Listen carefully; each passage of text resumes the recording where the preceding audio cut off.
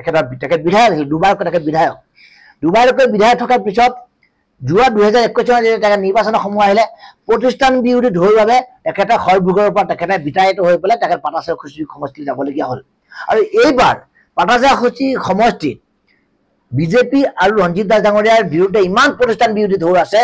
যাৰ ফলত ৰঞ্জিত দাস ডাঙৰীয়াই ভাবিছে যেনে তেনে প্ৰকাৰে যদি অনুসূচিত জাতি আমি ভুক্ত হৈ ল'ব পাৰোঁ, এখন অধিসূচনাৰ জৰিয়তে যদি কেউটসকলক অনুসূচীভুক্ত কৰিব পাৰোঁ, তেতিয়াহ'লে এই যে বৰপেটা বিধানসভা সময় যে 2023 চনত সমষ্টি পুনৰ্গঠনৰ জৰিয়তে অনুসূচিত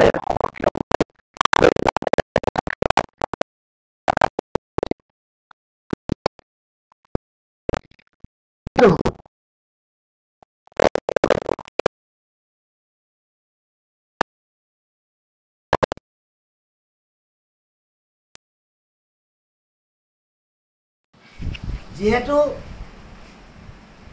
চৰকাৰৰ বৰমূৰীয়াসকলৰ বা মুখ্যমন্ত্ৰী পৰ্যায়ৰ কোনো কৰ্তৃত্বশাল ৰাজনৈতিক নেতা বা বিষয়াৰ কোনো নিৰ্দেশনা বা আপোনাৰ আমি যিটো কথা গ্ৰীণ ছিগনেল নাথাকিলে, সেউজ সংকেত নাথাকিলে দুজনকৈ মন্ত্ৰীয়ে কেউট সম্প্ৰদায়ক অনুসূচিতভুক্তকৰণৰ বিষয়টো আগুৱাই দিব নোৱাৰে। 10 জুলাই তাৰিখে মন্ত্ৰী পীযুষ হাজৰিকাই নিজৰ কাৰ্যালয়ত বহি কেউট সম্প্ৰদায় সংগঠনসমূহক মাতি আনি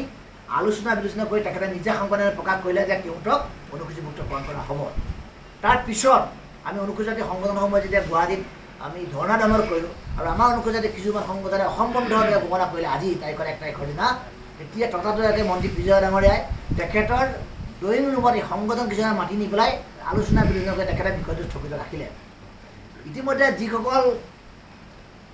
সংগঠনে বন্ধ লৈছিলে তেওঁলোকে বন্ধ প্ৰত্যাহাৰ কৰিলে, আন্দোলন কৰিলে আন্দোলন প্ৰত্যাহাৰ কৰিলে আৰু ঘোষণা কৰিলে যে মন্ত্ৰী পীযুষ ডাঙৰীয়াই আশ্বাস দিছে, প্ৰতিশ্ৰুতি দিছে কোনো কাৰণে কেউট সম্প্ৰদায়ক অনুসূচীভুক্ত কৰা নহ'ব। কিন্তু